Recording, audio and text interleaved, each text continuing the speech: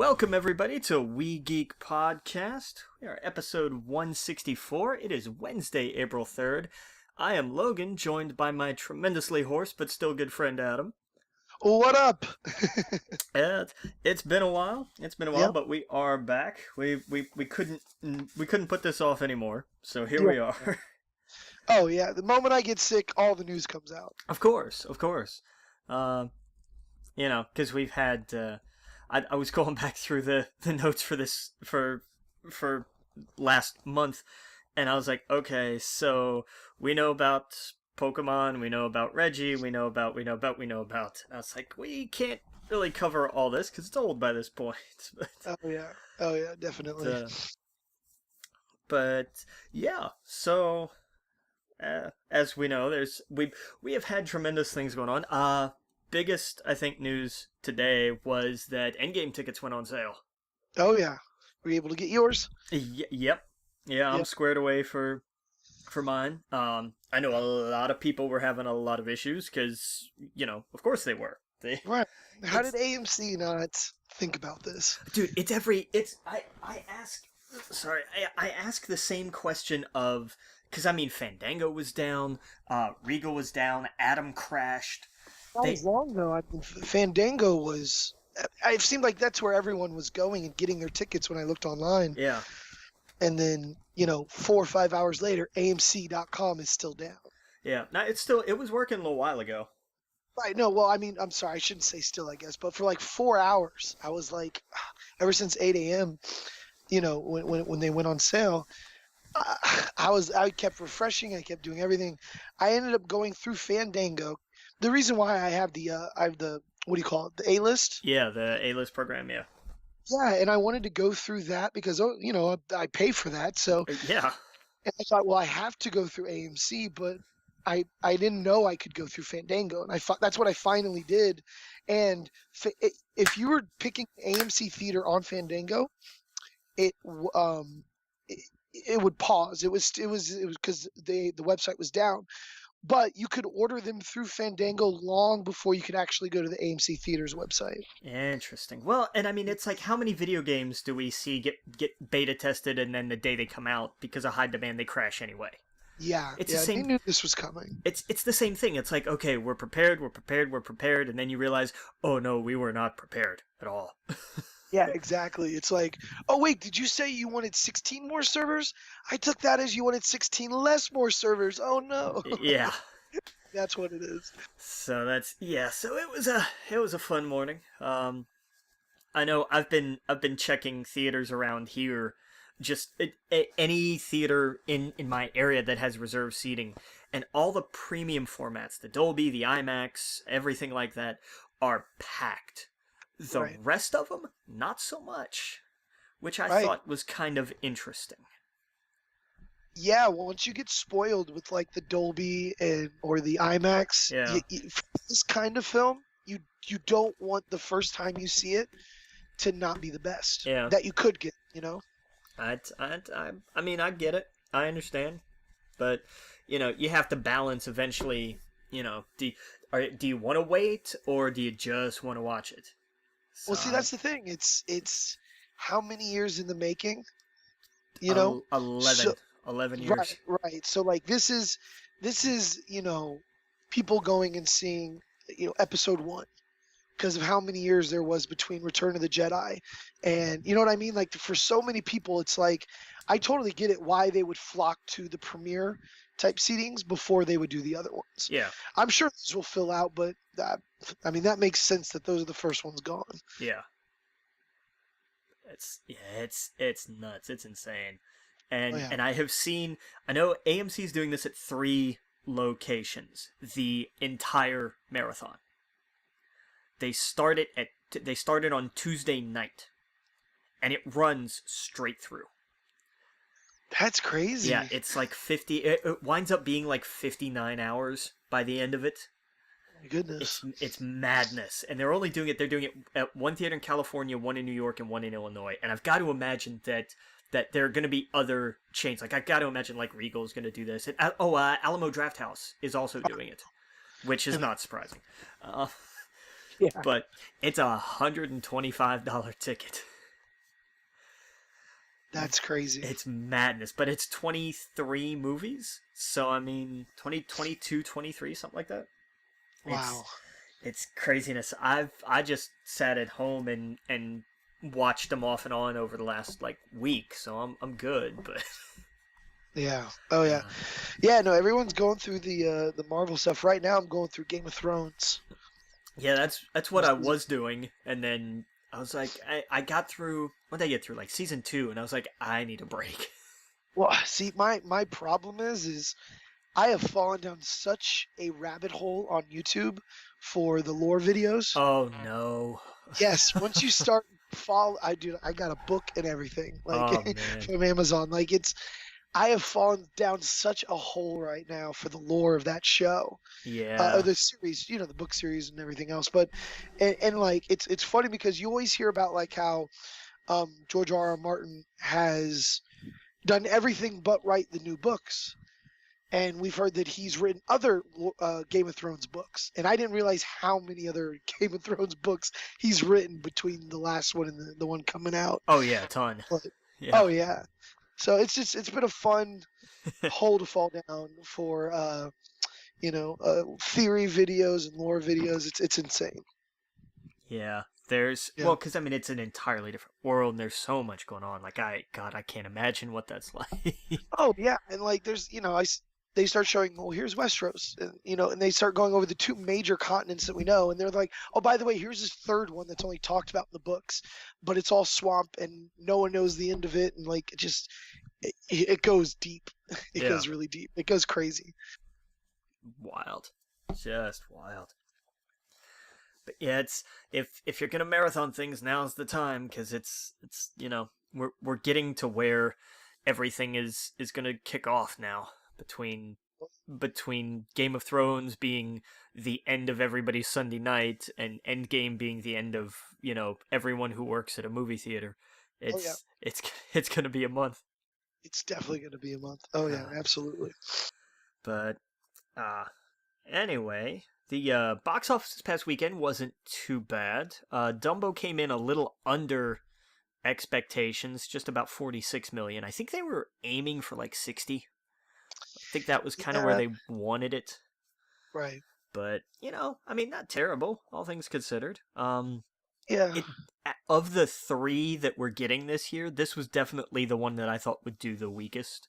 Oh, for sure. It's Uh, not in the same level as Aladdin and Lion King. no. So I think 46 million is reasonable. I don't think anybody's pulling their hair out over it. Oh yeah, no doubt. Um, Us did another 33 million. That puts it up over 1.25 altogether. Captain Marvel adds another 20 and change. I think today it's projected to break 1 billion worldwide. It's either today or tomorrow. Oh, cool. Unplanned also came out this past week, a little over 6 million. I live in semi-rural North Carolina, so I'm pretty sure that all came from around here. And oh man, oh, those were fun. And 5 feet apart, about another 6.2 million. 5 feet apart's just kind of been chugging along. Like it's been drawing some fairly steady numbers. Okay. Yep. That's man, that was such a strange it doesn't go how I thought it goes. I haven't watched it, but somebody was talking about it and they were like, "Do you care if I spoil it?" And I was like, "No." And so they spoiled it for me and I was like, that's not what I thought was going to happen at all." So now I'm just really confused. Nice. But and then this week is kind of a 2.5 movie one because the Best of Enemies it looks really good. It looks like it should be closer to an award season time of movie though. Oh, Um, and then you've got Pet Cemetery, which hopefully is as creepy as it looks. If it lives up to the hype and the marketing, it's gonna be just awesome. And of course Shazam, the big one this week. oh yeah. So gonna be interesting to see how just exactly how all this shakes out. Yeah, I'm gonna try and see Shazam at some point this week. Yeah, it looks fun and it's been getting good reviews, and everybody's kind of saying that. They're like, it's a fun superhero movie. I'm like, my God, they do still make those. That's right. Right, right, right. Oh yeah. But, yeah, so we talked about the Endgame tickets went on sale, and that's going to put the bookend on what Marvel is now calling the Infinity Saga, which, fine. I'm okay with that. It's a fun little way to sell a giant $600 collector's case at Christmas. Like, I mean, Yeah. that's what it's gonna be. You thought the phase one briefcase was something. Wait until you see whatever it is they do for this whole set. It's all gonna be, the 4K Ultra HD 3D Blu-rays and everything, and it's gonna be ridiculous. Oh damn, absolutely. Now, all of these movies are going to be on Disney though, right? Yeah, they will eventually all make their way to the Disney Plus service. Yeah. Okay. Well, man, yeah. I'm trying to look up the sets now, but it's crazy. 2020, it's what, 20, 22, 23 films, I think. That's crazy. In 11 years. I mean, that ain't nothing. No, definitely not. Yeah. Oh, did you see the was it the Russos confirmed that this is Stan Lee's last cameo? Yeah, I saw that. I thought the Spider-Man one would be the last one, but I guess not. I think it's because they kind of do his stuff late. Because the one for Captain Marvel they did not long before he died. That's true. And That's true. and that wasn't too awful long before the movie came out. So I can imagine. I was kind of worried that Endgame might be the last one. Yeah, you're probably right. But I know I know we've talked about it on the show before. There will always be nods or little Easter eggs for Stan somewhere, like they did in Daredevil with his poster on the wall or something. There'll always be those, no doubt. Yeah, for sure. But yeah, that was a bummer. And just knowing that going into it, like that'll, if you didn't tear up at the beginning of Captain Marvel, you have no soul, for one thing. Like that was, oh yeah, God, I was not ready for that at all. Yeah, it was, but that cameo is definitely now probably my favorite of all of them. Oh, it's tremendous. I love the way that it brings so much together. Yeah, it really does. It's so meta. It's crazy. It's beyond meta. And God, what Kevin must have thought when he found out what that was. Right. Like that. God, what that must have been like. Yeah, it's got to be a crazy feeling. But anyway, we also got some Guardians 3 news. James Gunn has been reinstated as director, which and here's the thing. I think this was always the plan. Really? I do, because do you notice how it never seemed like they were actually looking for anybody else? No, they were though. They were asking other people, and the directors were like openly declining it. Yeah, like they asked the what's his name, Taikiti, the guy who did Thor 3. I don't think they actually asked Taika. Or was it someone? Because I saw that quote he said. He was like, "No, I would absolutely not do it." I don't think Marvel asked him. I think that fans had just kind of built up the thing of like, well, if it can't be James Gunn, it should be Taika. And I think a reporter or somebody asked him about that, and he was like, "No, that's James's movie." Well, I guess somewhere along the line, I got the idea that a lot of directors were doing that, and that Disney they realized this isn't going to work without it. I think it's just that directors were kind of coming out and saying they weren't interested. I don't think it was Disney pursuing them and being declined. Because the way that I read it was just kind of directors were just kind of coming out and saying, "No, I'm not interested in it." So I think it just kind of kept coming up in interviews. Right. And I think this was always the plan. Like they're gonna put James in timeout because of this, and he gave his apology and everything, and they're gonna say, "Okay, we'll see how you handle this." And he handled it exactly the way he should have.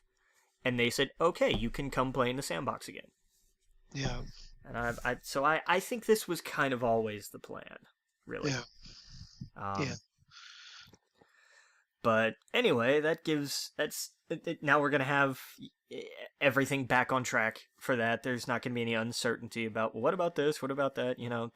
Batista gets what he wants, so that's always a good Oh my thing. goodness. Oh I my god. you know I saw I didn't see that live, Oh, and I it's saw a clip of it, and I thought it was like someone edited it. no. That's what's even better.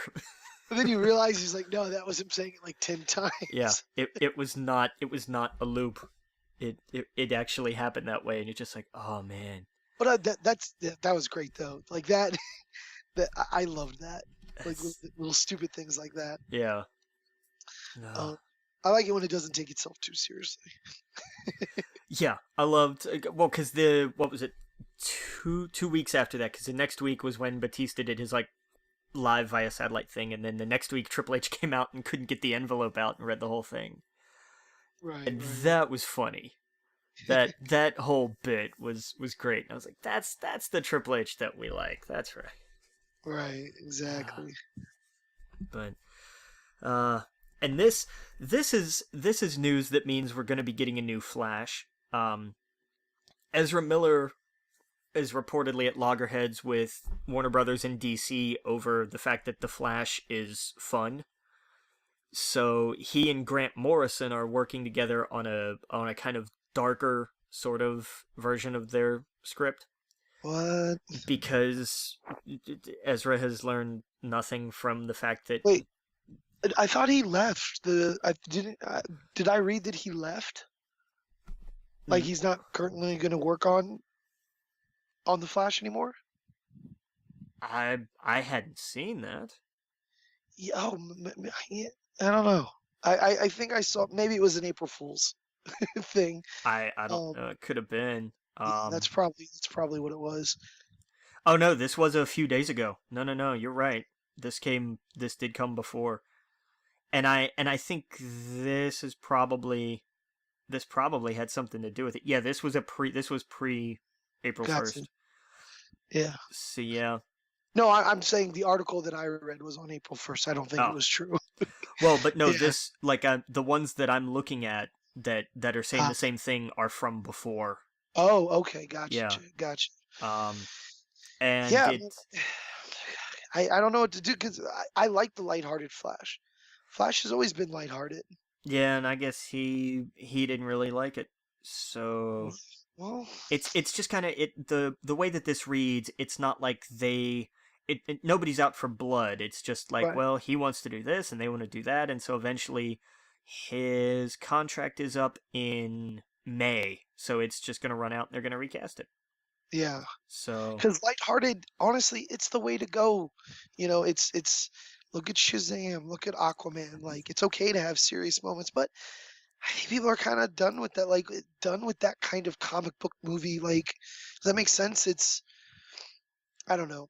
We'll still get them, the ones that want to take themselves super serious and be super dark, but Flash is supposed to be lighthearted. That makes sense. exactly, and I think that another strike that would have been against him for this what is going to be that critics love Shazam. People who went to the preview screening a couple weeks ago really loved it, and that when it comes out, audiences are going to flock to it because it is lighthearted and fun and enjoyable, and that's what people want because we're tired of the Snyder style of everything must be Right. like Watchmen. Right, exactly. And every once in a while, if the character is right, I think it'll work. Like, for example, this Joker movie coming out. Yes, Like, absolutely. it looks like the right tone. It feels like the right tone. That makes sense. But Flash is supposed to be a little bit funny. I mean, look at the CW show. That is a great example of how to do the Flash. It's always been lighthearted. The old TV show, come on, how ridiculous it was. Yeah. Like, the Flash is not Batman, and he's not the Joker. He's not any of those kind of characters. He's a tragic character, because how many different ones are there? But he's not. He's always lighthearted, and so I don't know. Hearing Grant Morrison's name come up is interesting. But how how he was going to do it before with him, but I don't know. Yeah. And the crazy thing is, he was one of my favorite things from the Justice League movie. Because Like, he was kind of goofy. He was goofy and he was funny, and him reacting to all the craziness around him it's just, it's hilarious. Yeah, but I don't know. I guess he didn't.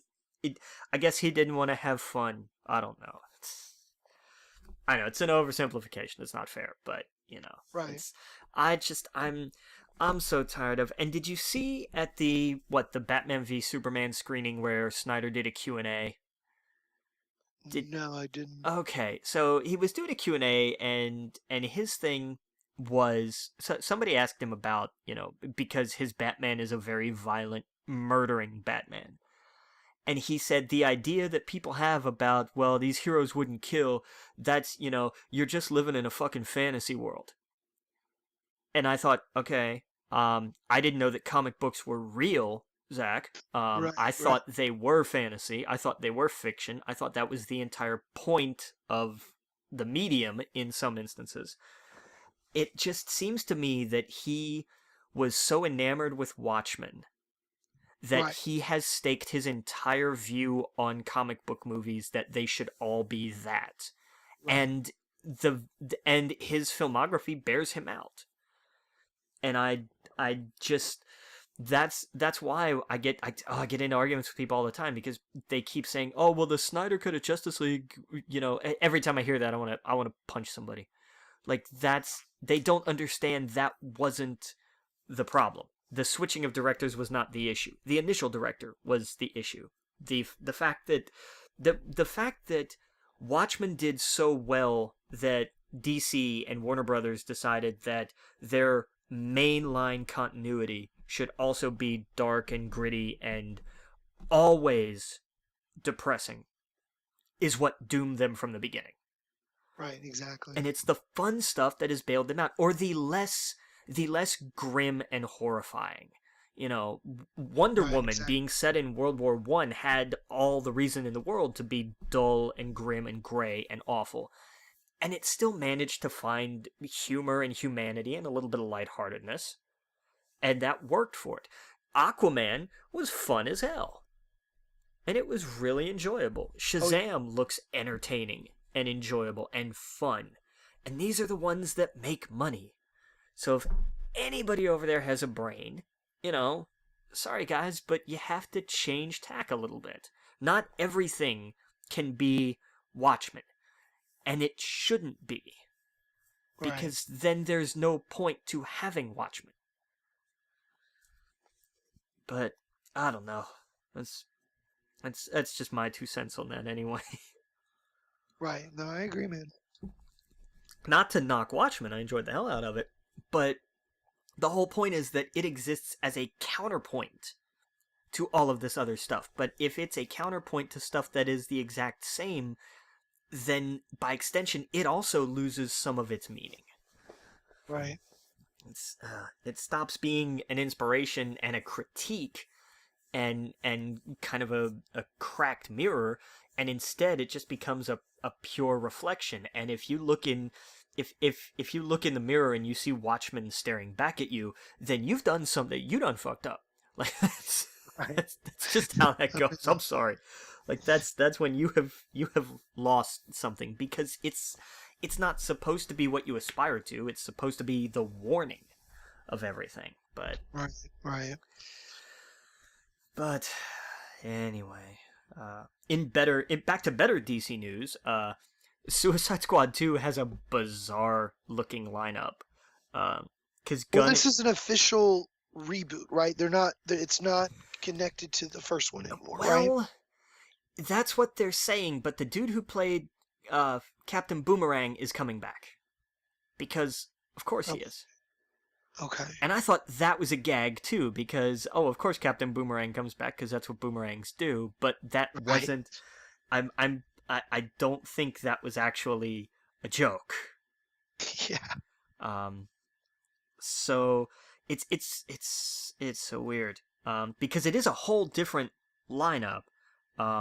It's Ratcatcher, Peacemaker, Polka Dot Man, and King Shark, who we Now, saw on besides King Shark, did you know of any of those other characters? not one, Right. not one, Exactly. which was fine by me.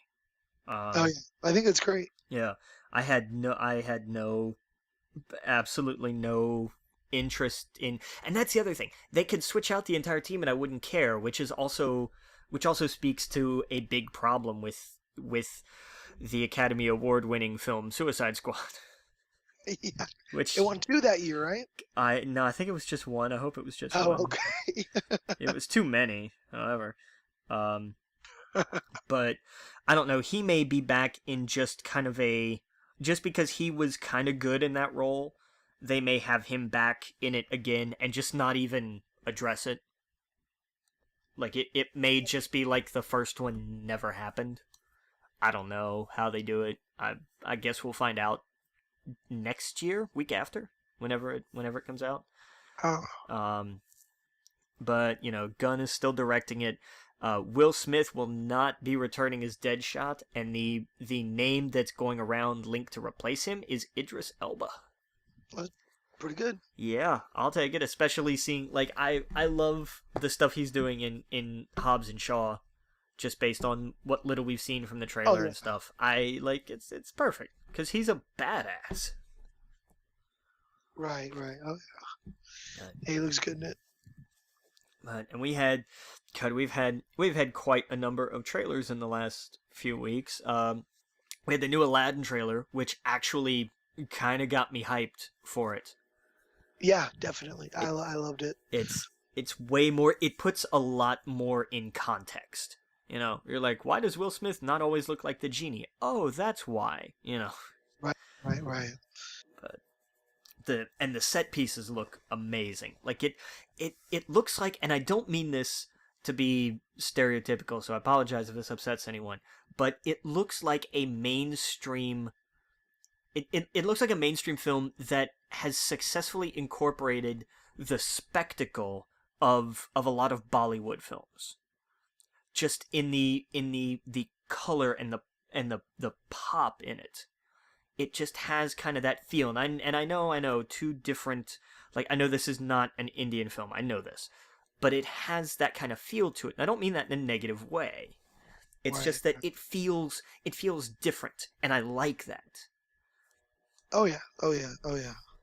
Uh, but should be interesting. Should be interesting. Yeah, it Um, looks. we got the new Detective Pikachu trailer, which just sure, why not? I'm Yep, I'm I'm already on board. Like, yep. I'm on board. Absolutely. um, we had the second Hellboy trailer, and that comes out next week. So I don't know. Yeah, I'm curious. I'm mildly hopeful. I liked the last trailer for it. Yeah, yeah, it was good. Um, we had the new Toy Story 4 trailer, which this was the story trailer. This was the, here's where they are, here's what's happening. Um, and I just want more of Key and Peele. Like, I really do, because they're just Oh goofy as yeah, hell, just chilling out up there on the wall. oh yeah. Yeah, absolutely. Yeah, but when they first started talking about it, I was like, what else could you do? Like you ended it so good. I think like most people. Yeah. And then, after seeing that last trailer, I was like, okay, yeah, I see where you could go with this. Yeah, it's like I got you. It makes sense. It's an interesting direction. I kind of hope they're gonna wrap it up though, just because I don't want it to Yeah, overstay. Like I was really worried this one was just not gonna be up to snuff, and right. it was gonna be one of those, like, oh, you guys had a great thing and then you kind of ruined it. But it doesn't look Yeah, like that at all. right, right.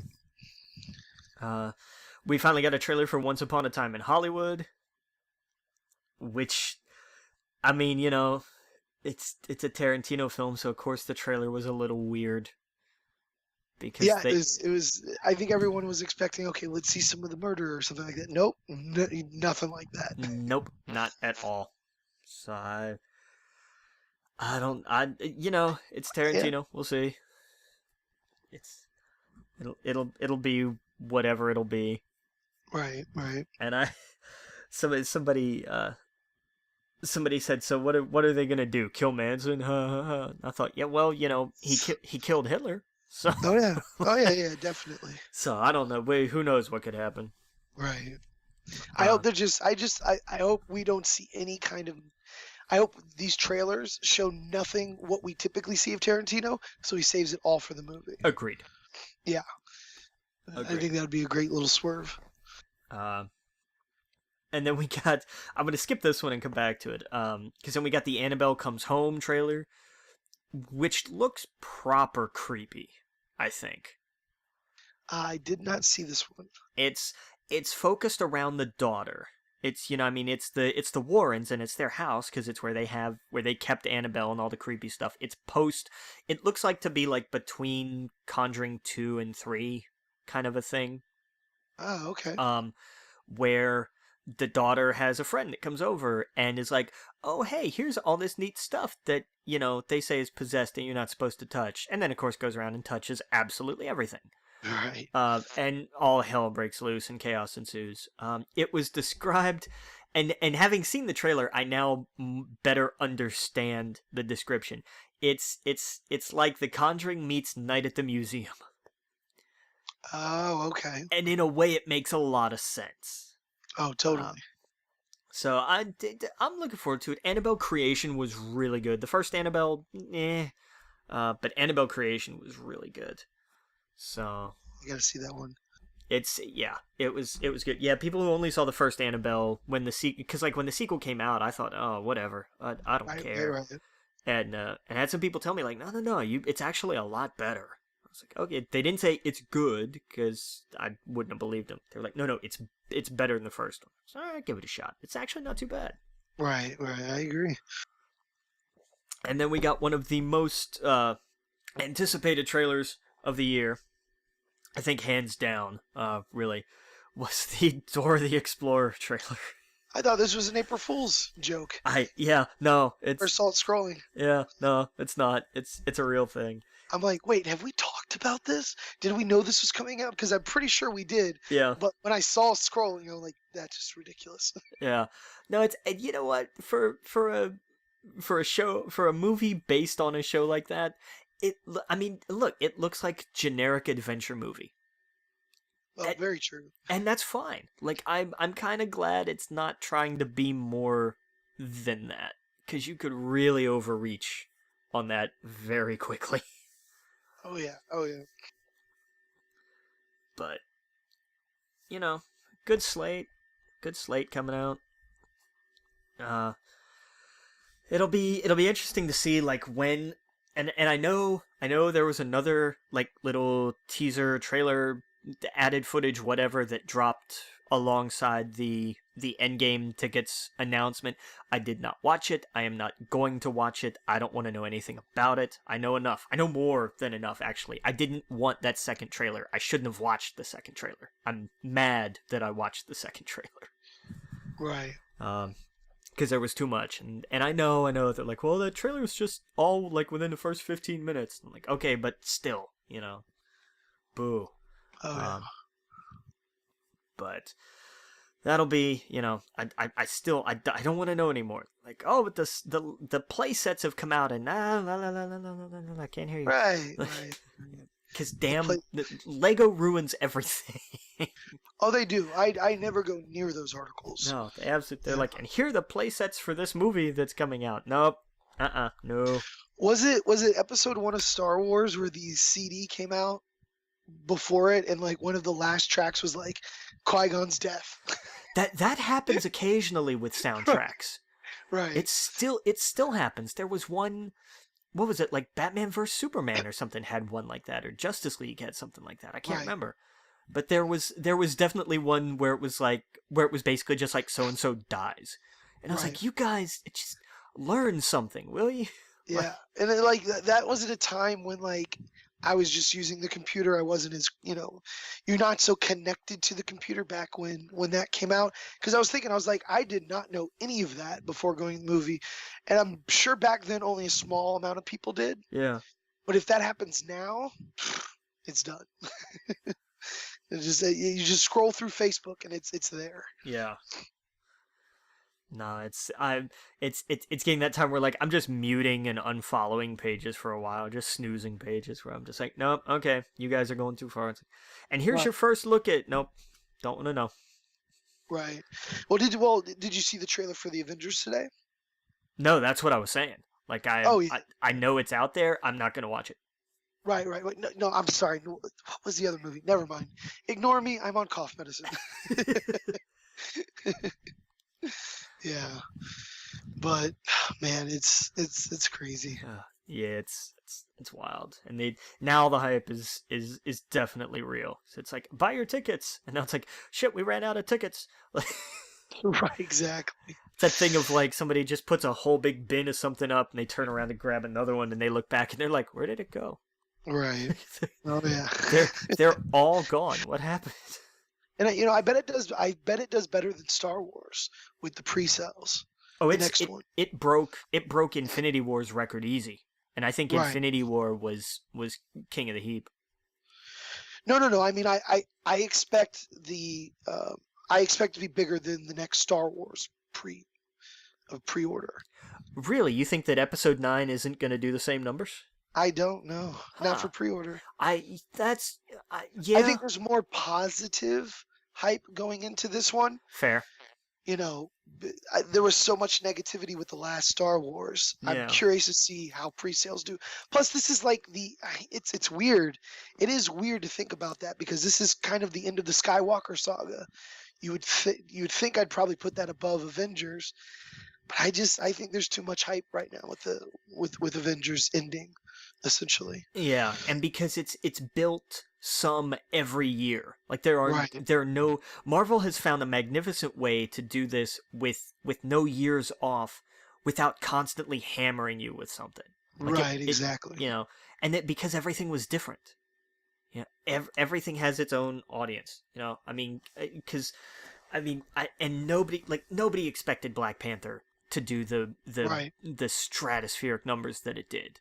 Right. You know, nobody saw that coming, and I don't think anybody predicted it. I think they were looking at 100, maybe 150 at the high end, and it was what like two something.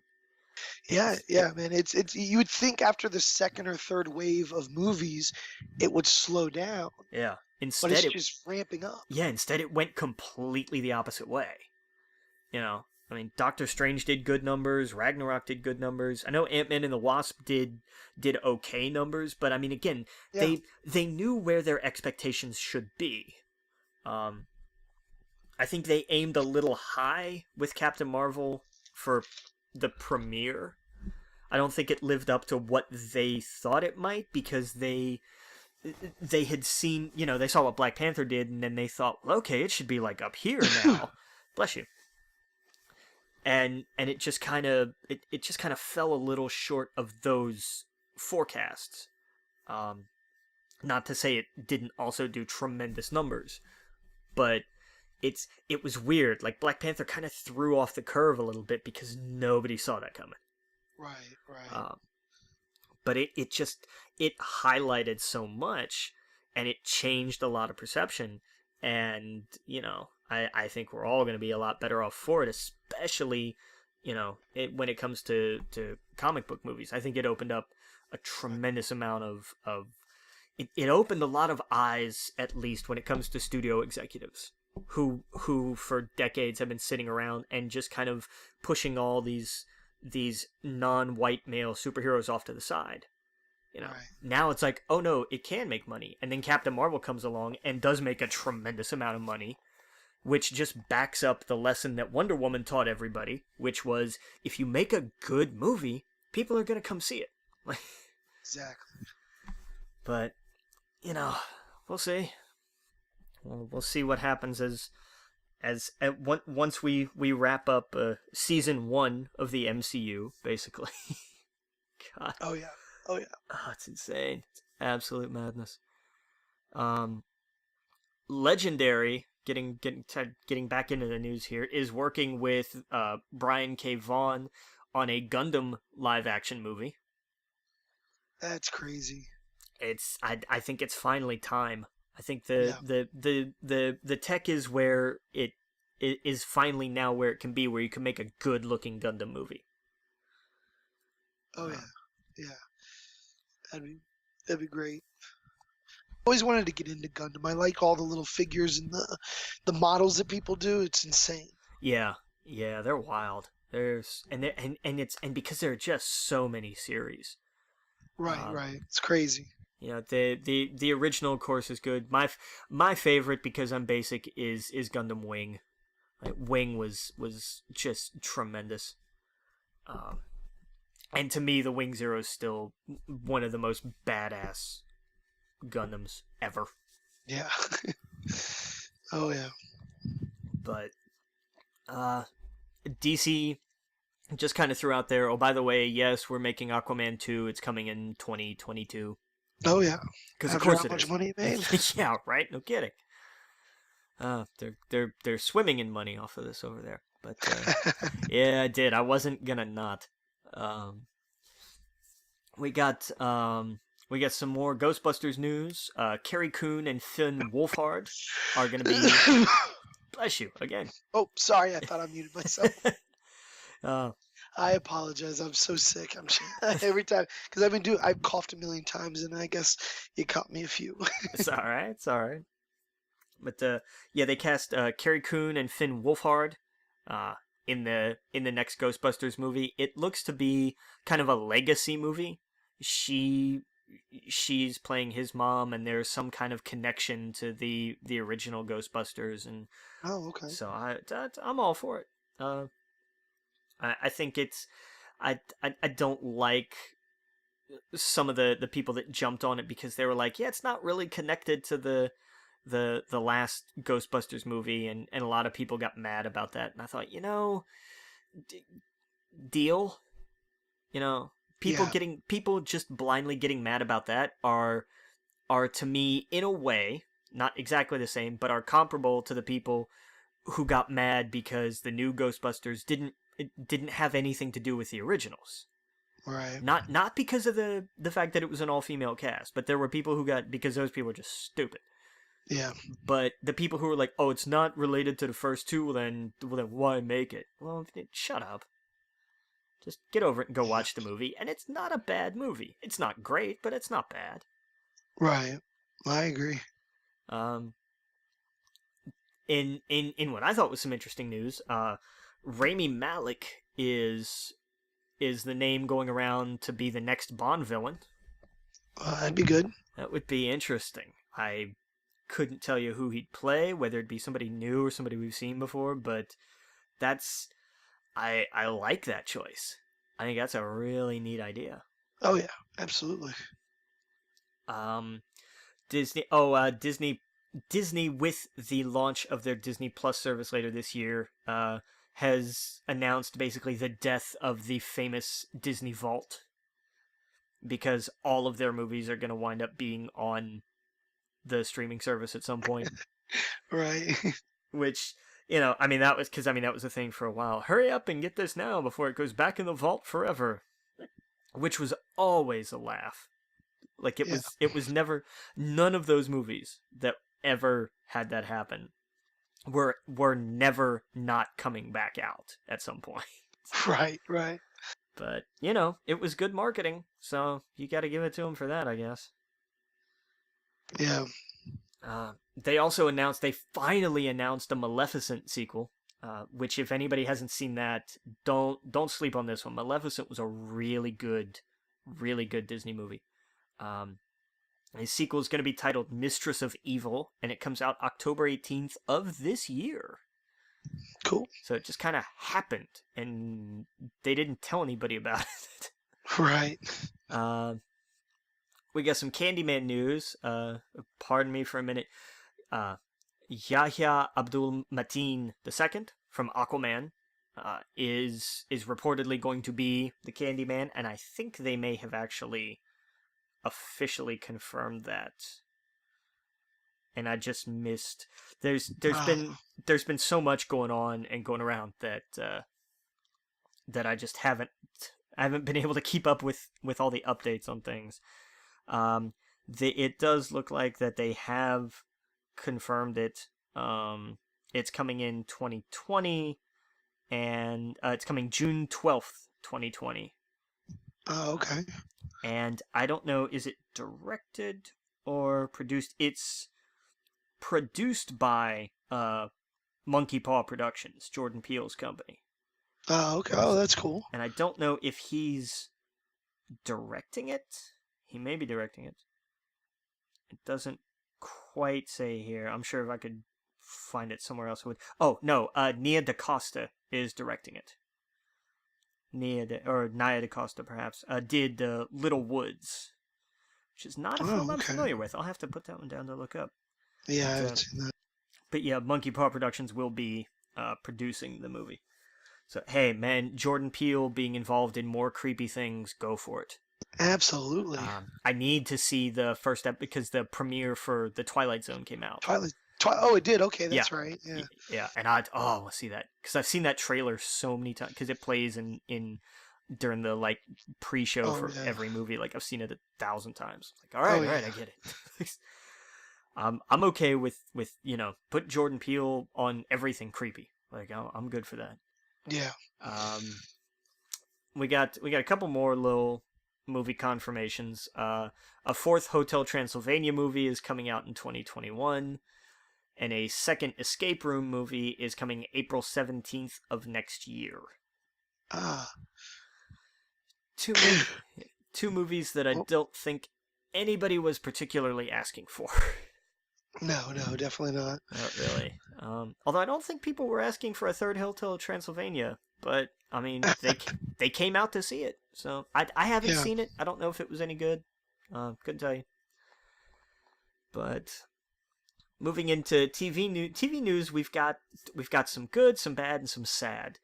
Uh, Apple finally gave some details on their version, their Netflix competitor, I guess is the simplest way to describe it. A little over simple, I guess, but it's called Apple TV Plus, and it cracks me up because now you can watch Apple TV. You access Apple TV Plus through the Apple TV app on your Apple TV device, Right. which is a sentence that is correct, and it makes me laugh a lot. Yeah. But now correct me if I'm wrong. It looked like they talked about that Apple TV Plus will only have the like Apple produced content on it. I believe so. Yeah. I don't think Okay. it's going to be like a Netflix. Right. Because like everything else is gonna function. Like you'll still have Netflix and Hulu and all that stuff on Apple TV, but this is gonna be its own. It's basically its own channel in a sense. Right. Right. Exactly. Okay. So that's hey, because we don't have enough content in the world as it is, but it's another platform. It's bringing in a lot of big names. It'll give them production value to go out there and do things that maybe some other companies might balk at. So it could be good, it could be bad, it could be great, it could be a train wreck. I mean, we won't know until it happens. And I for one, I'm looking forward to it just to see what Spielberg does with Amblin and everything. Yeah. I can always do with some more Spielberg, for sure. Absolutely. Oh yeah. That's the best thing about. That's the best news coming out of that app, I think. Yeah. There was they had some game news too. We'll get to that because we've got that's where the meat of the show is. In everybody tried to it has decided we're all going to be in on the game industry now. Oh boy. For real. It was a fun couple of weeks there. But we finally got the first real trailer for the last season of Game of Thrones. And I think the only trailer we're gonna get. I am fine with that. I have no problem with that. It's the only one I'm gonna watch.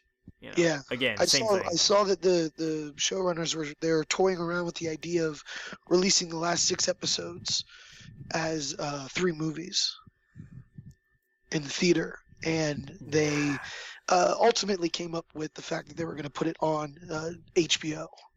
Yeah. Because they figured we got to stay loyal to them. But yeah. Well, and nobody like that never works well. Right. Like things like that usually don't sell. I mean, God, look at Inhumans.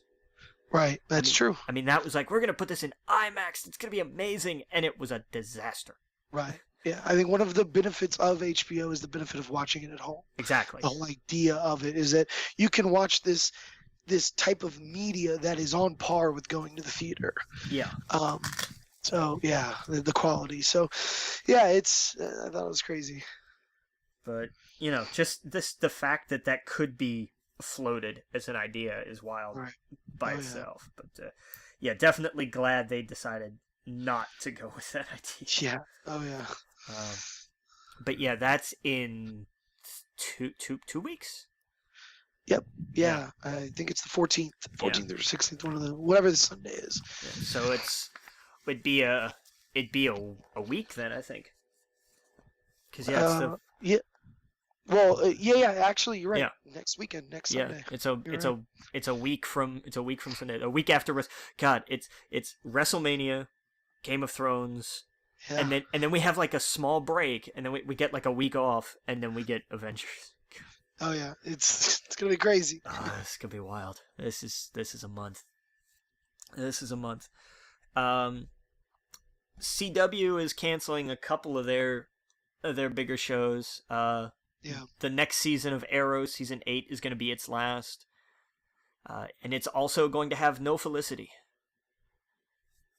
Which is crazy. Yeah, she is not returning for the last season. I don't know what, like, I haven't seen Arrow in like 4 years, so I have no idea. I think she's still alive. I don't know. I guess. Yeah. I couldn't tell you.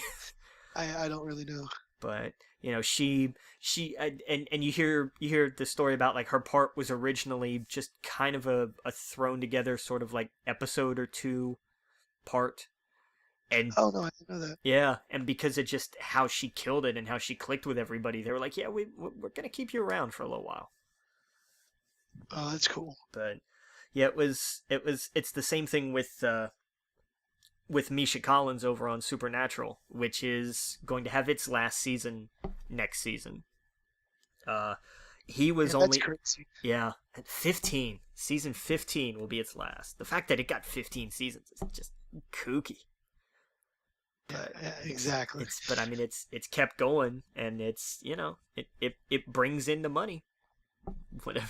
Whatever valid criticisms there are for the product, it brings in the money. So. Oh, for sure. But yeah, Misha was only supposed to be on for a handful of episodes one season, and again, it just worked. And he's been either recurring or a regular pretty much ever since. It's been more than a decade now, I think, which is just wild. Oh yeah. Some more Disney Plus news.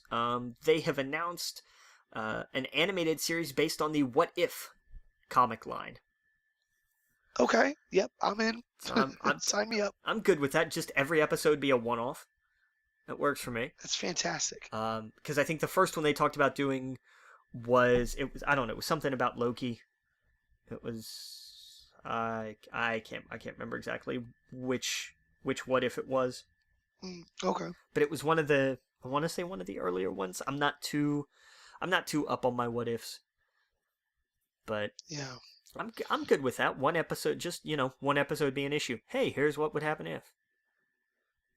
But I think that's a really neat premise, especially for an animated series. If you're looking for content, there you go. Oh yeah. They also are doing a live action adaptation of Serena Valentino's Book of Enchantment books.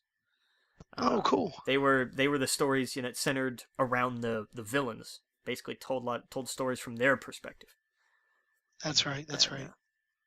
So that'll be interesting. I'm looking forward to that. I'm always like, just more Disney. They've got the more content they produce, the fewer people from Fox they may need to let go. So bring it on. That's true. That's true. Make a lot of everything, and I know a lot of it is marketing because Disney already has a gigantic marketing department. Yeah. But I hate to see anybody go. That was one of the bummers about the deal going through, was that it would it would unfortunately cut down on a lot of jobs. Yeah. But hopefully they'll all land on their feet. Yeah. And I've got to imagine that there were some kind of placement programs or outreach programs or something, hopefully in place for anybody who was going to be laid off. I don't know. Maybe they could join teams from Activision and EA and start their own company. Yeah. Because they could probably start 3 or 4, really, with all of that stuff. Oh yeah. God, that's been a nightmare. But we'll get to that. I don't know. I might not even have that on here. But we'll talk about that when we get to games. Attack on Titan is coming back at the end of this month. Cool. Season 3 comes back April 28th. Showtime's Halo series has a new director. I cannot remember the last director's name, but they had to bow out due to scheduling conflicts. Otto Bathurst, who directed Robin Hood, is doing the pilot and at least a handful cool. of other episodes. So it's an interesting aesthetic to bring to the show. Hopefully it's better quality, because that movie was kind of not really all that great. Yeah, right. But I like the I like the visual pop that it had. It had a style that knew what it was, and so to blend that with Halo, I think could definitely work. Yeah. But I suppose we'll see. Haunting of Hill House is going to carry on as an anthology series. It's perfect. That's how you do it. Yeah, every season something different, like American Horror Story, but hopefully it doesn't fall off a handful of seasons in, depending on who you ask, I guess. Yeah. But season 2 is titled The Haunting of Bly Manor, and it's going to come out next year. And then, evidently, Warner Media is doing their own streaming service. The company that owns DC is going to have a streaming service for everything that's not DC, I guess. Yeah, that just does not make any sense. I mean, I get it. It's in a way, but in a way I don't, because Disney's found a way to do it the right way. Like, why does because everything DC and Warner Brothers do that tries to copy DC and Marvel is just a cluster. That's right. But they're working on their own streaming service, which is going to include an animated Gremlins series.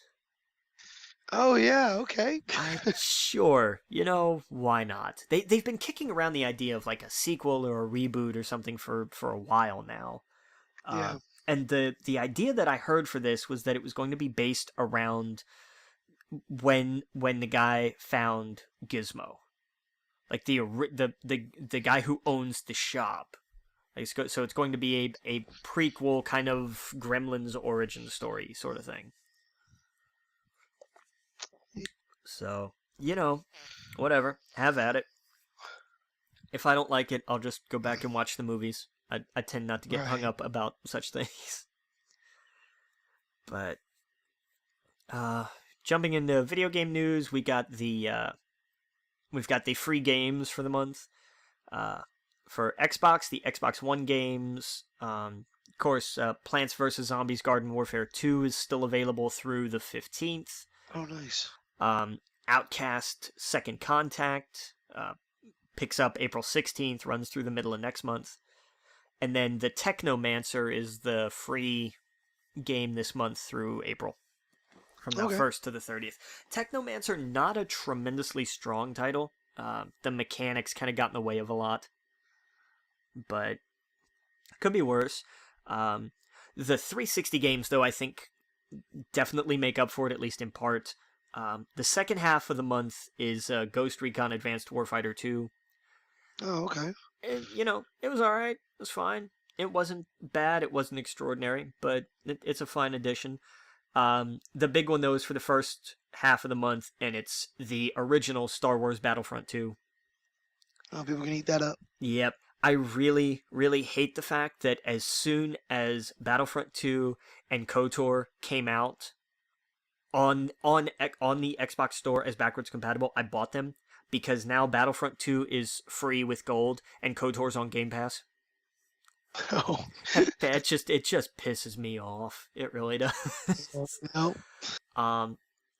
But I definitely think they won this month over PlayStation because PS Plus for April has Conan Exiles, which okay, have Right. have at it, and The Surge. My same thing. It's just like, all right. I mean, like I'll play. I've never played either of these two Like the games. soda?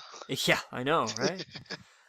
I haven't played either of these two. I don't know if they're any good. I'm not holding out hope, but I may be pleasantly surprised. I'm always open to that. Yeah.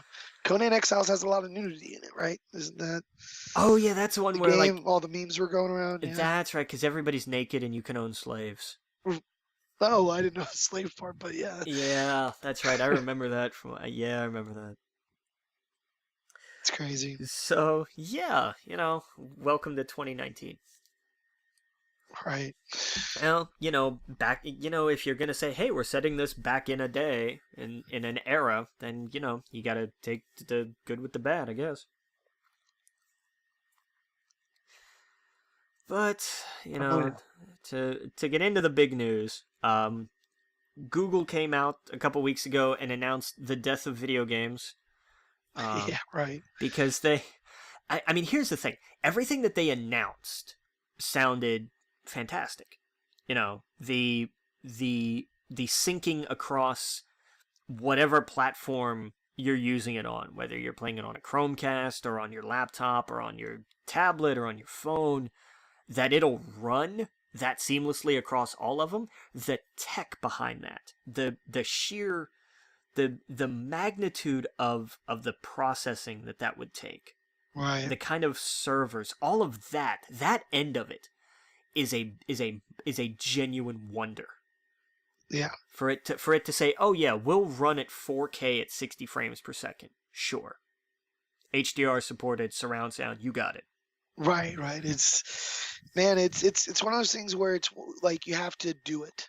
Yeah. There's no other way to. That's it's either going to sink or work. By that alone, because I remember you tried the beta, right? When they did that for Assassin's Creed Odyssey, and I ran it. My MacBook is a 12, and I ran it on Google Chrome on Wi-Fi, and had no problems. Right, and I see that's where it's at. Exactly, and that's what that's why I actually have some faith in this, because on my old computer, by tech standards, this thing's practically an antique anymore.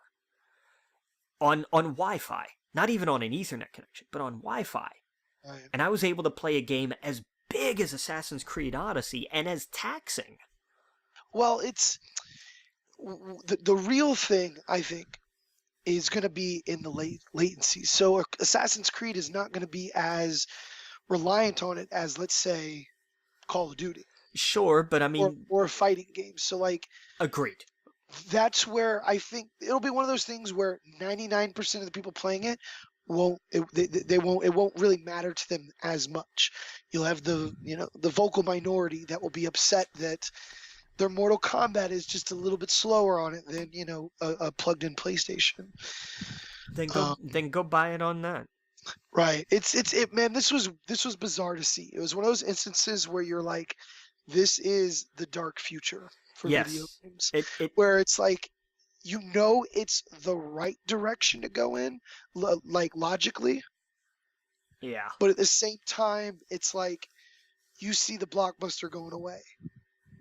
You know what I mean? Like you're seeing physical games. This is the beginning of the end of that, if that makes sense. Well, but I mean, even worse than that, though, and this is why I say, Google has killed the future of video games. It's not just that they're doing away with physical; they're doing away with ownership. You're not buying these games. That's what I meant. Yeah, it's ownership entirely. So if all of a sudden, I mean, how many games have been taken off of the PlayStation Store, Microsoft Store, or the App Store, or anything? Well, that's the thing. I mean, we're we're seeing it, especially with like Steam. You know, if something happens to that service, there goes all your games. Yeah. You don't actually own those. Yeah.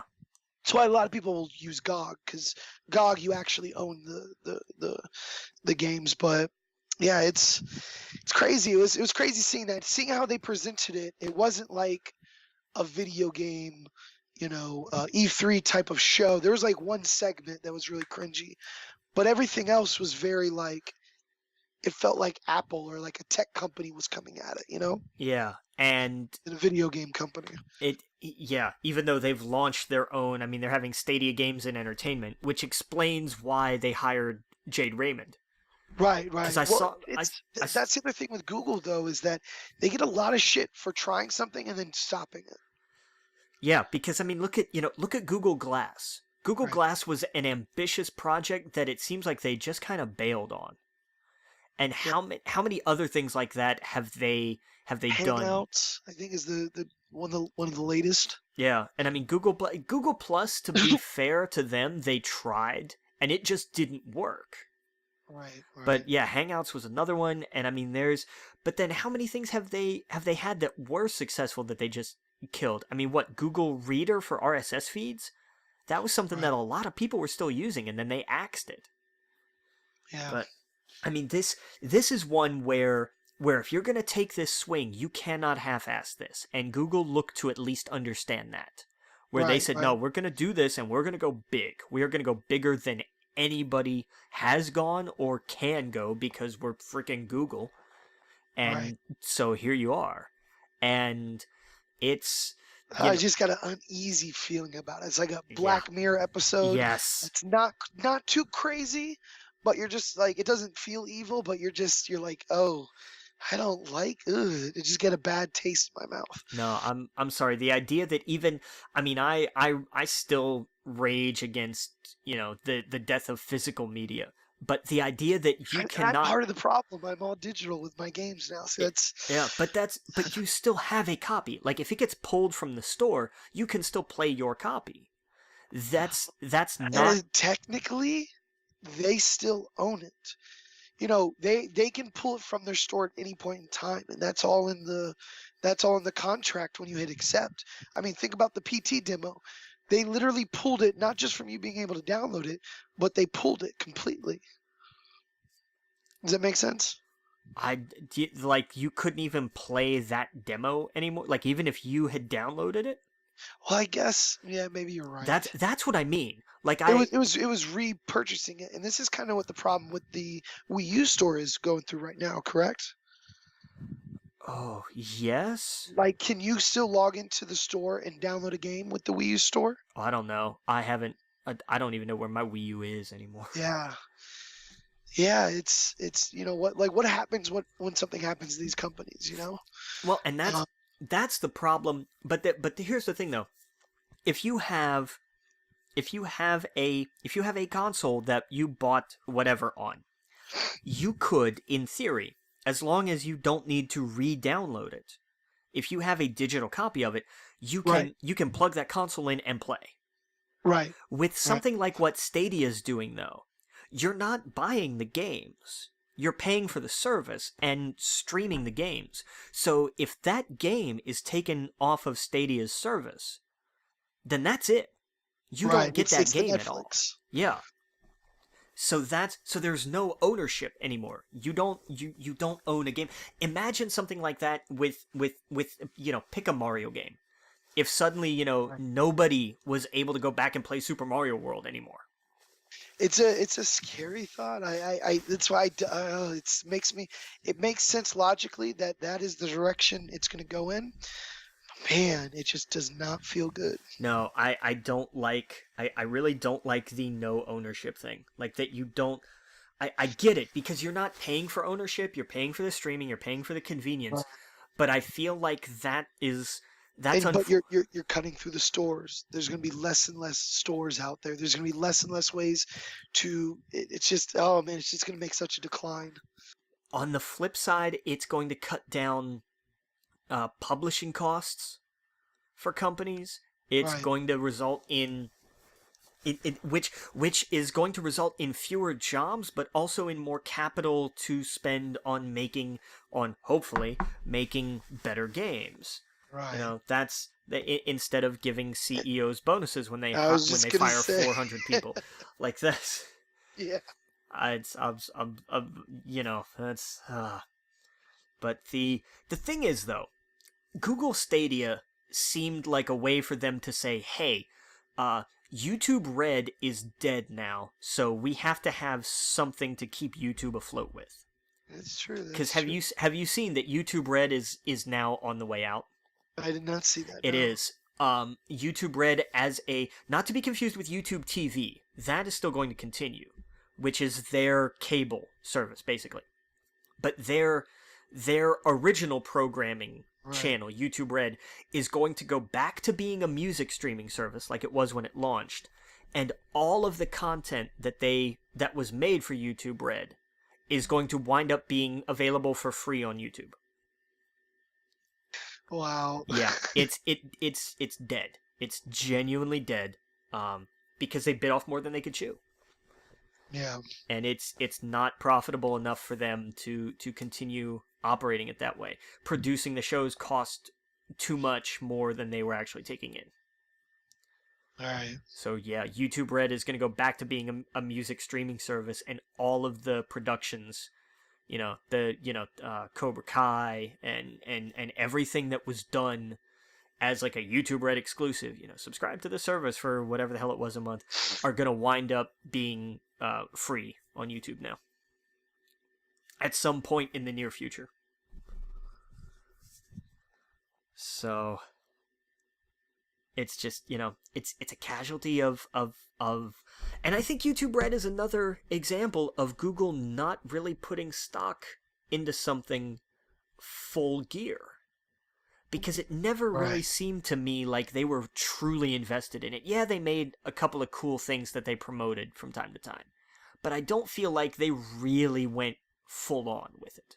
But we also got Apple announced Apple Arcade, which kind of seemed to be their version of it, except with, correct me if I'm wrong, that these games will be available offline and all that kind of I'm stuff. not sure. I didn't see this one too much. Yeah, because it just kind of seemed like it was another thing, because Apple TV Plus was kind of it seemed like, at least from an internet standpoint, the big hyped focus for that event.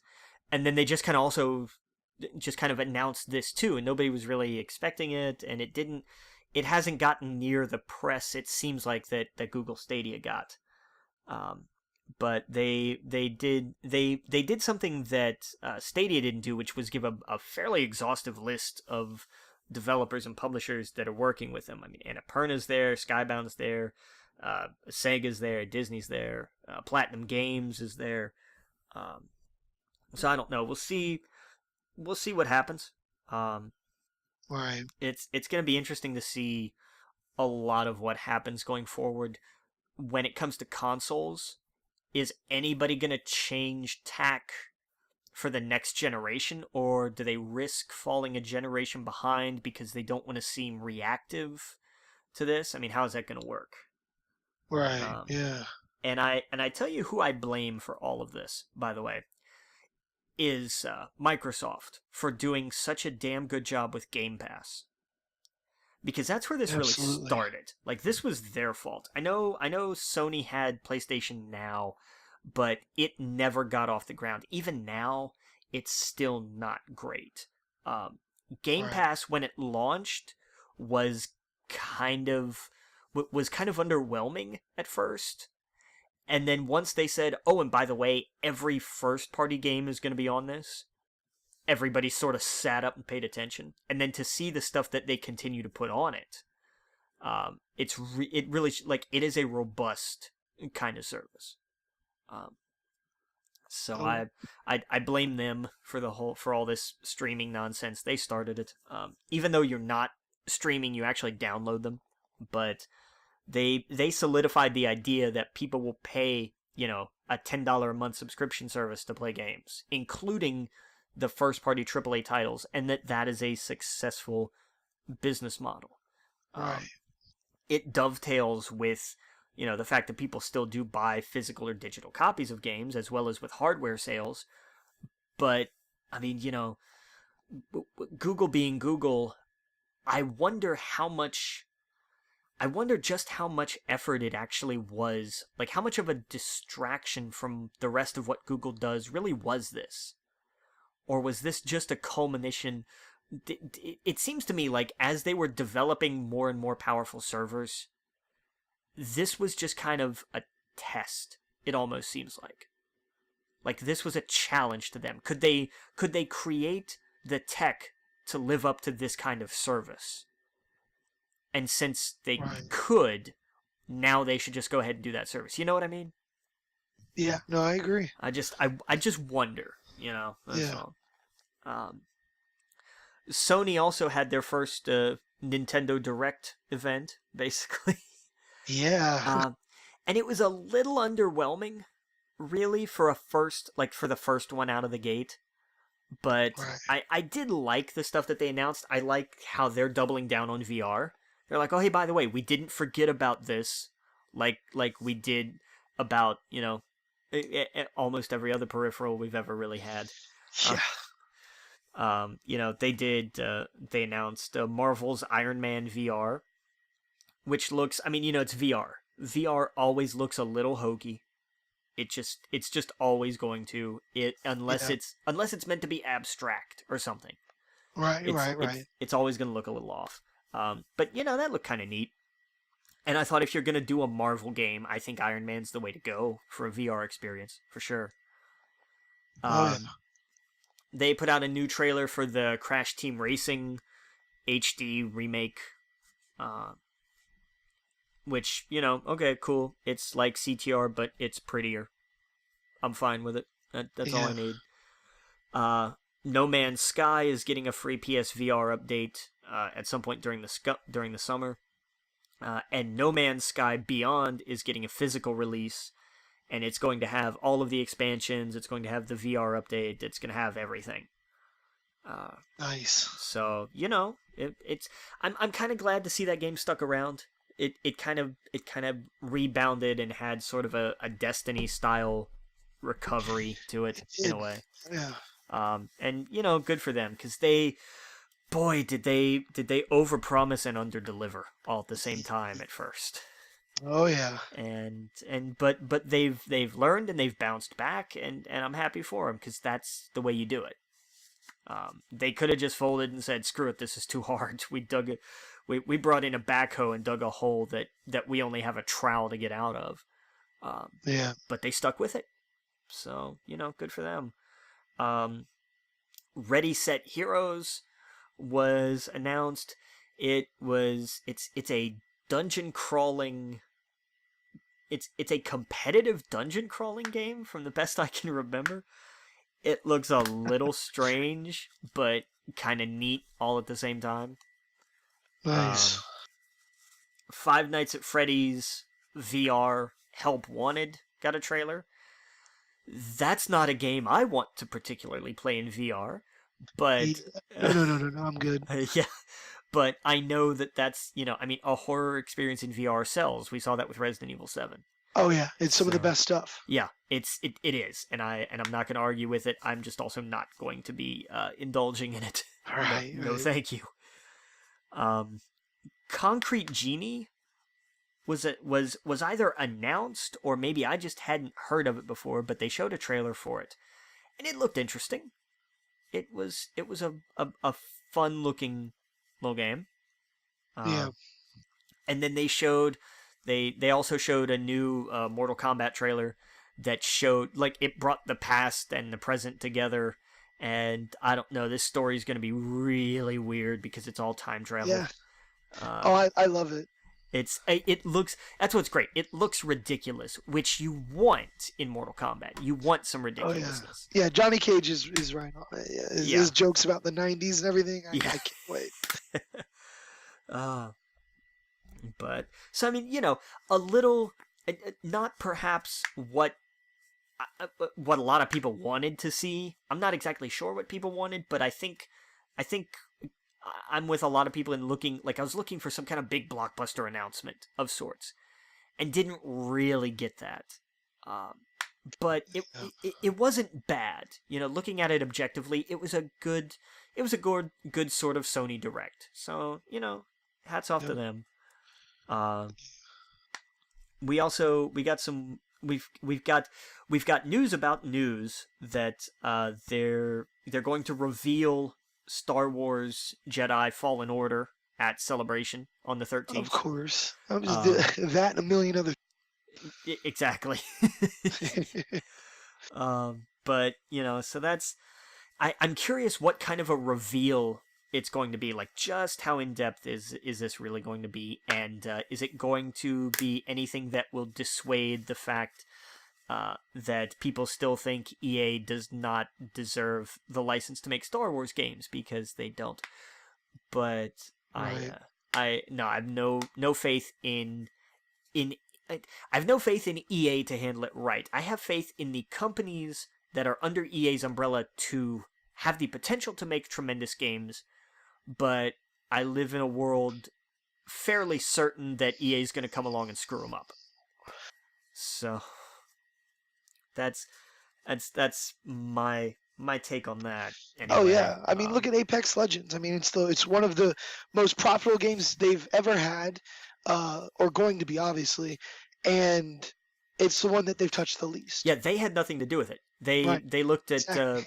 at Respawn, right? Because that's And that should I hope that's brought up in a board meeting. Like I hope that's like, wait a yeah. second. Oh, hey, by the way, this game that's made more money for you guys this year than pretty much everything? Yeah, you didn't make that, so sit down and shut up.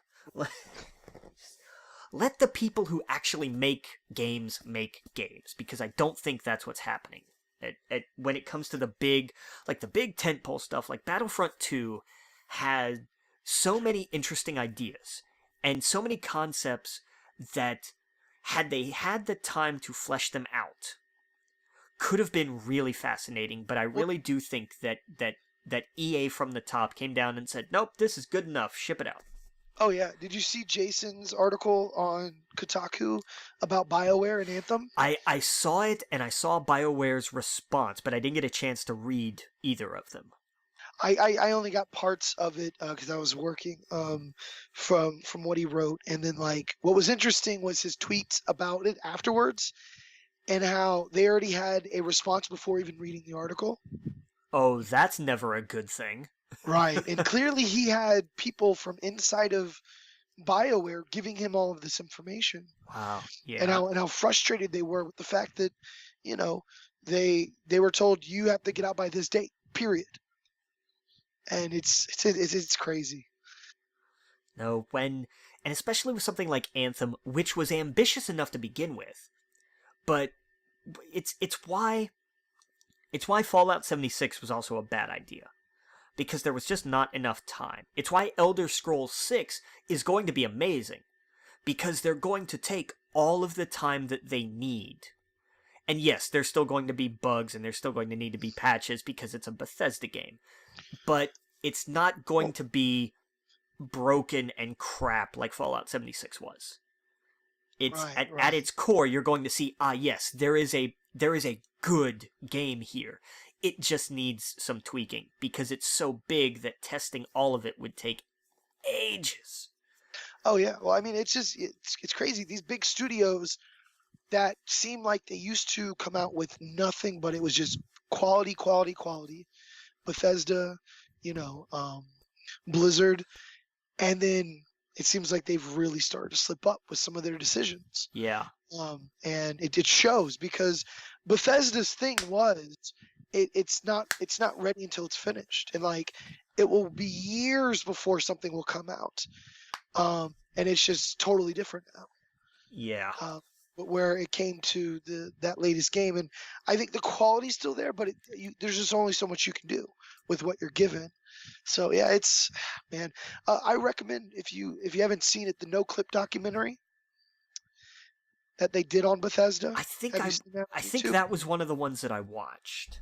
Yeah, it was super fascinating, the passion the studio has, but it's like, you know, go back to where it was like Skyrim's not coming out until it's ready. Yeah. That kind of quality.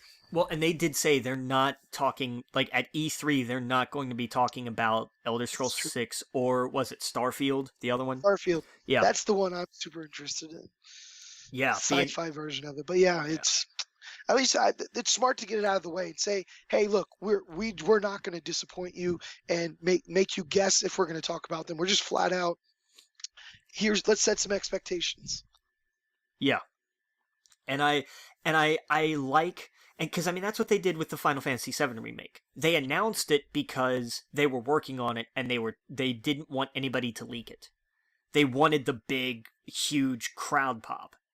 And then they came out afterwards and said that's what they were doing. Like they said, we're making this.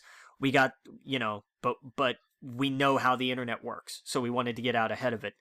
But it's going to be a while. So I'm like, okay, I'm fine with that. But yeah, I do like that Bethesda came out. They were like, we're not going to talk Elder Scrolls 6. We're not going to talk Starfield. We have nothing new we're working on them. That's what we got for you. Right. Okay, fair enough. I respect that. I respect the hell out of that. Oh yeah. And I swear I thought there was something else, but I can't remember off the top of my head. That might have been it.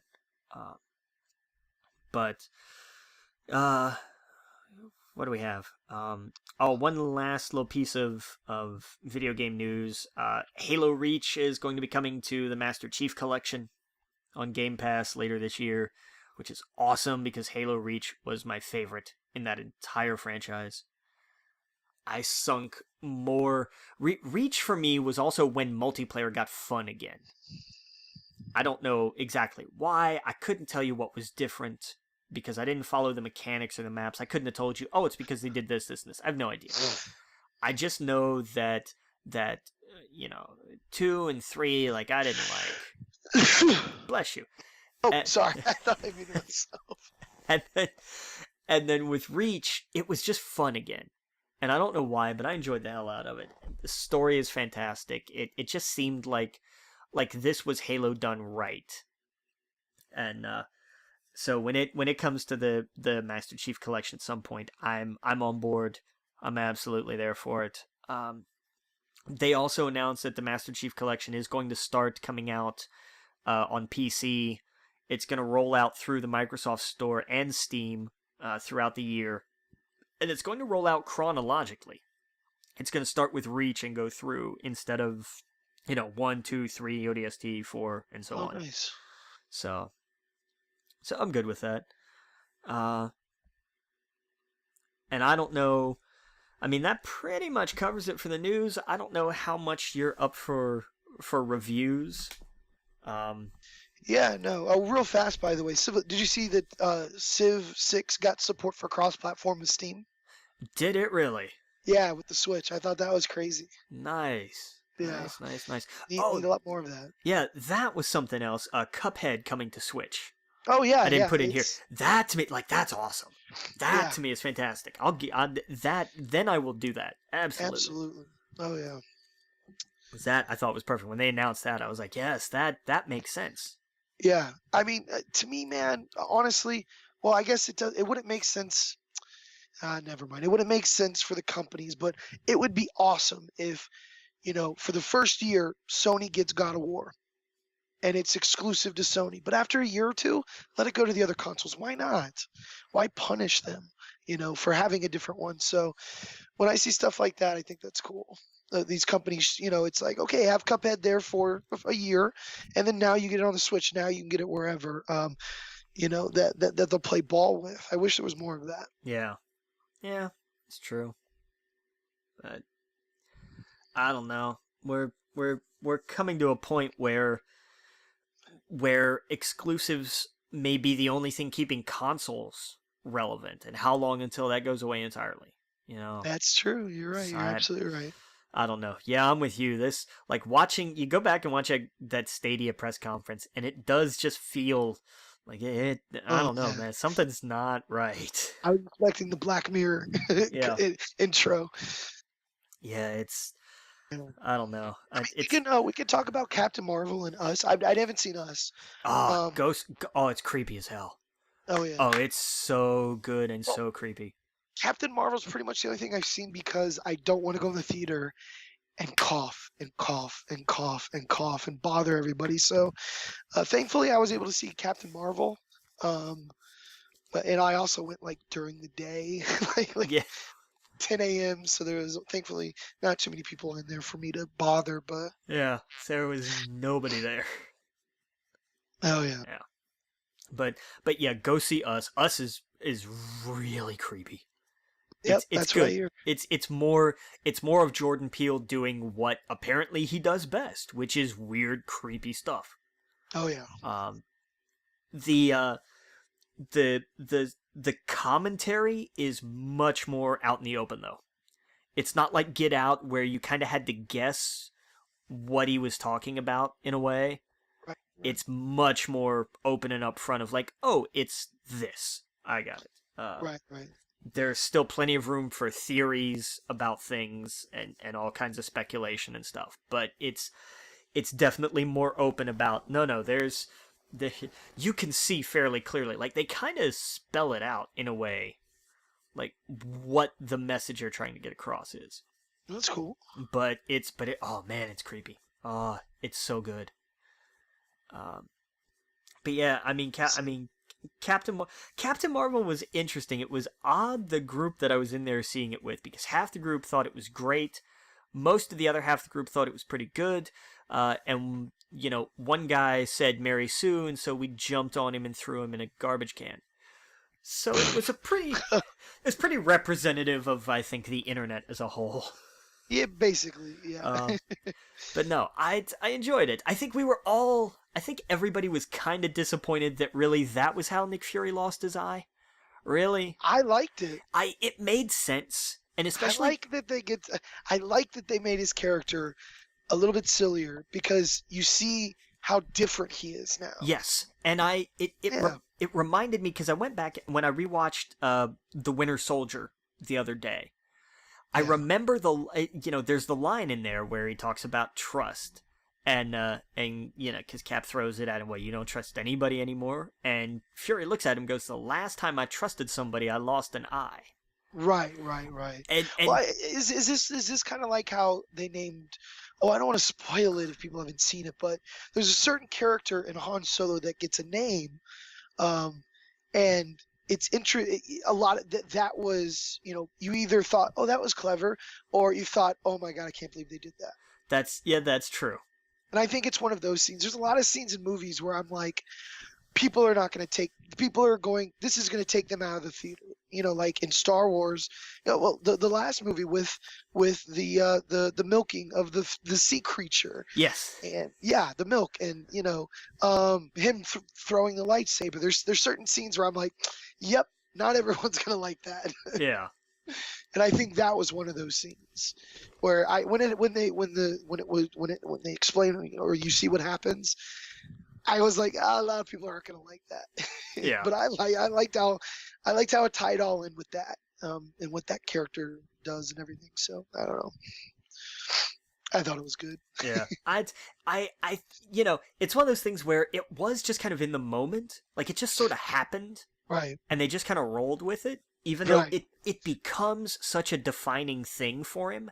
And I think that's Right. what the end of that movie is about for Nick Fury, is that this encounter defined not just what he was going to do with what would become known as the Avenger Initiative, which I thought was a fun little thing.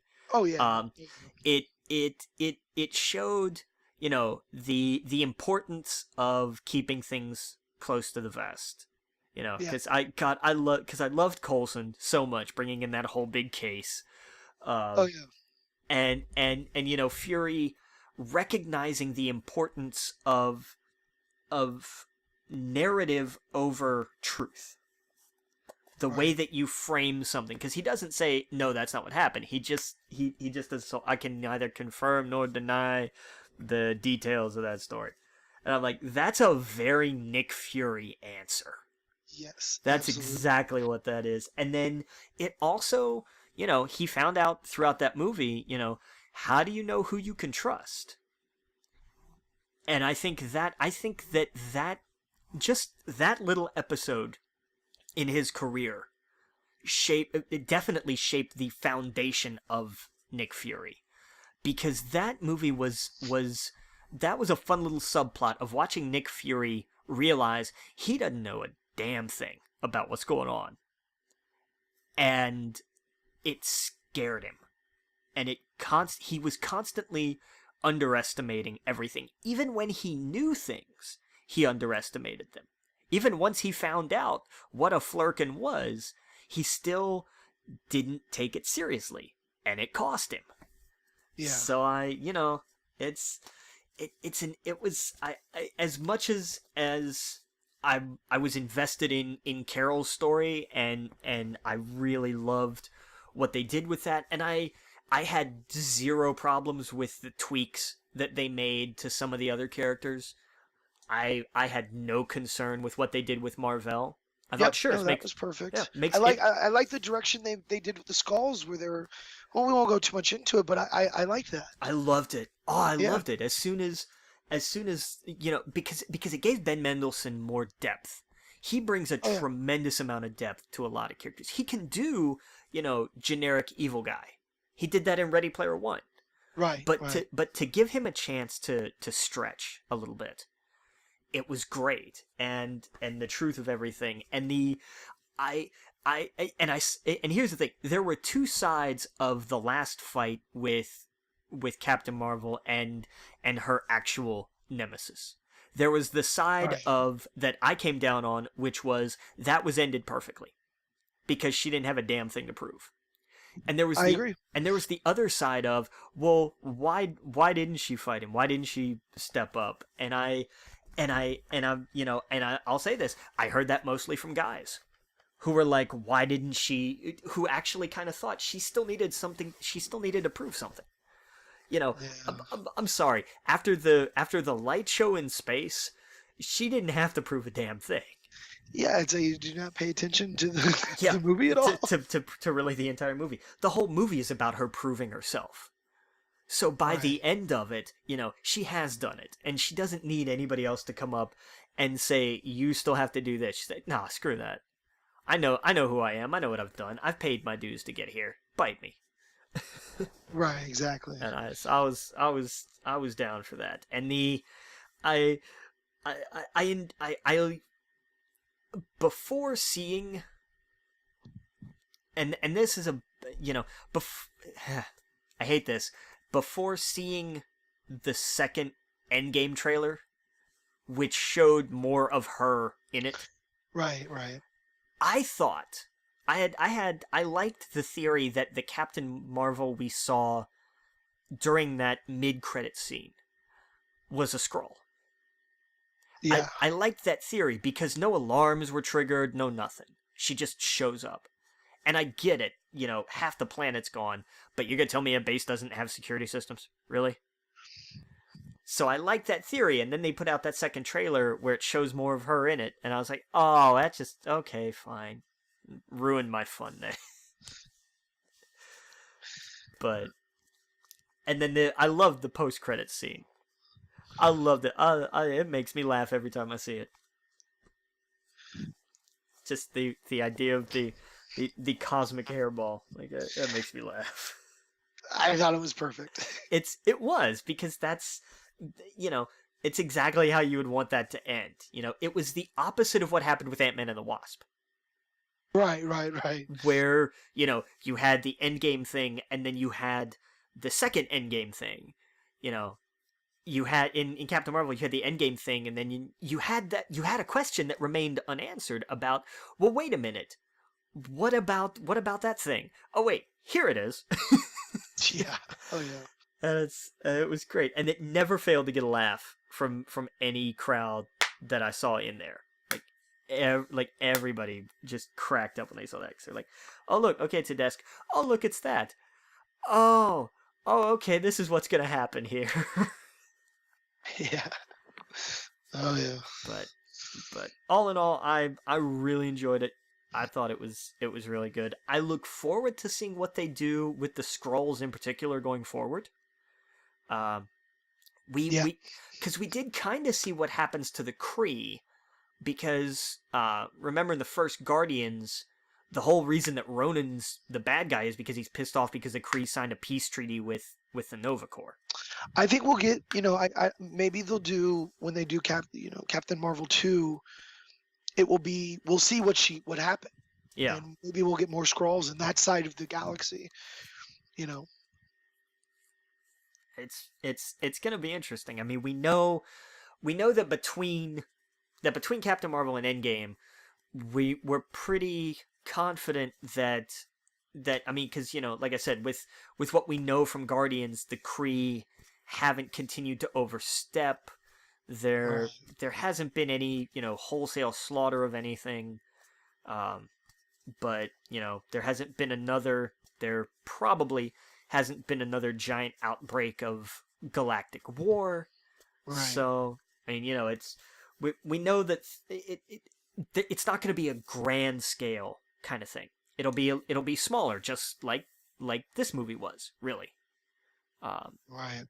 but I don't know. It's interesting. It was interesting to see Ronan back in his Kree glory before he was just a disgraced fanatic.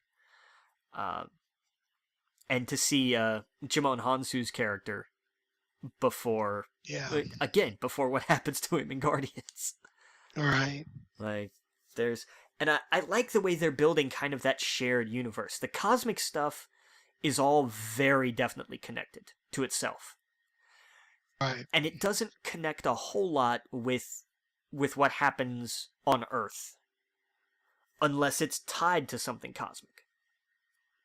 Right. But I mean, it seems like in the last few movies, you can't get more cosmic than what they're doing right now. Well, but I mean that's what I mean though. Yeah. The Guardians Oh, weren't going to show up, for an Iron Man movie.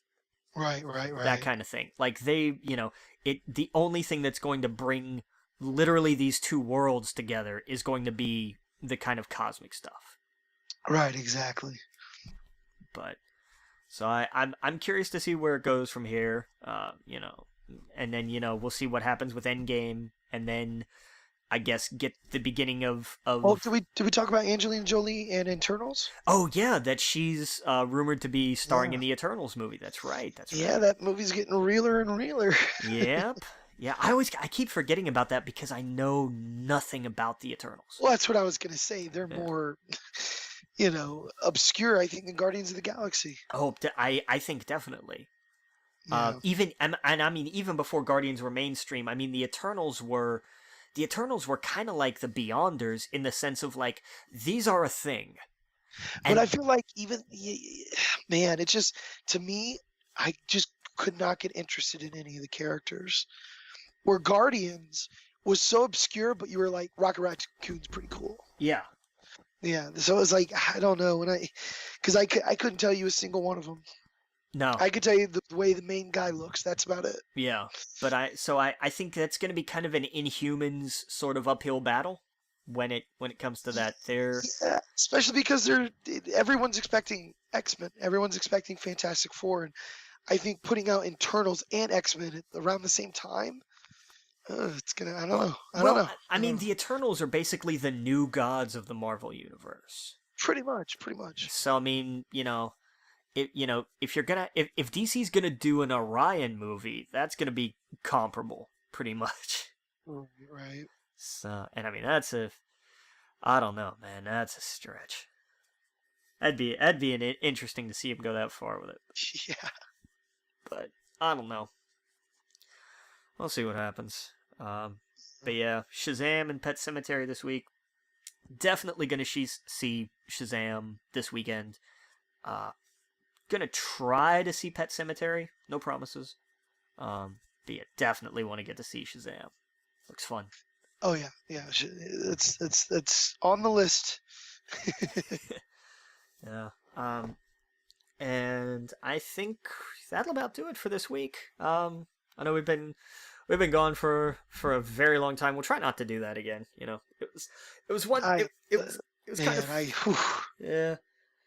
it was kind of fun to have a month off, but I mean, it because I know you don't want to be sick for that long again either. Like that's the Oh worst no, part of it. absolutely not. And I miss geeking out about something. Yeah. It sucks not doing it. I definitely missed it. But yeah, no, not not being able to just coughing 24/7. It's oh man, it was terrible. Yeah. Well, hopefully that goes away for you in the very, very Yeah. near future. Oh yeah, yeah. Now, well, see, now I feel good. I mean, when I had the flu, man, I just couldn't. I couldn't. I was sore and I Yeah. didn't do anything. I just felt like garbage. Thankfully, all that's done with. It literally sounds worse than it is. I'm sure my vocal cords look like shit right now, but I'm not as sick. It's my coughing has drastically dropped, so I'm feeling much better. It's just it's gonna take a little bit of time for the vocal cords to heal back up. Warm tea with honey. Best thing for it. Oh yeah. The, I the kn- problem is you put a little bourbon in it, and then it's 6 late. No, I'm just kidding. But yeah, that's what I've been doing. Hey, that'll work too. I mean, Yeah, yeah. I think is that called hot a toddy or hot toddy. something? That's it. That's Yep. it. Yeah. Hey, No, if it's good enough for Daredevil. exactly. Oh yeah. Uh, all right, but we will definitely make every effort to be back again next week. Any questions, comments, concerns, email us, wegeekpodcast@gmail.com. We're on Twitter @wegeekpodcast, @AdamEstep, @TheLoganWitt. Make sure you subscribe to us on Apple Podcasts, on YouTube, on Google, on Spotify, literally pretty much everywhere, I think, except iHeartRadio, because getting onto that platform was weird, and I did that once, and it takes you off some other stuff, and it's bizarre. But we're pretty Yeah. much everywhere else if you want to look for us. I'm trying to think of everything else that we've missed. Our Facebook group, We Geek Podcast, and I think that's pretty much it. I haven't forgotten anything, have I? I haven't done this part of the show in a while. I think that's it, man. I mean, I'm one thing I forgot to say is that new Star Wars book's coming out, the Qui-Gon Jinn one. Oh yeah, when is it out? I believe it's coming out in about a week. So Ooh. if it's not out by next week, that's fine. But man, I want to talk about that once it drops. Yeah, definitely, Yeah. definitely. Oh yeah. But yeah, man, I think that's it. I think we're good. All right then, we'll see you guys same bat time, same bat channel next week, Captain. Captain.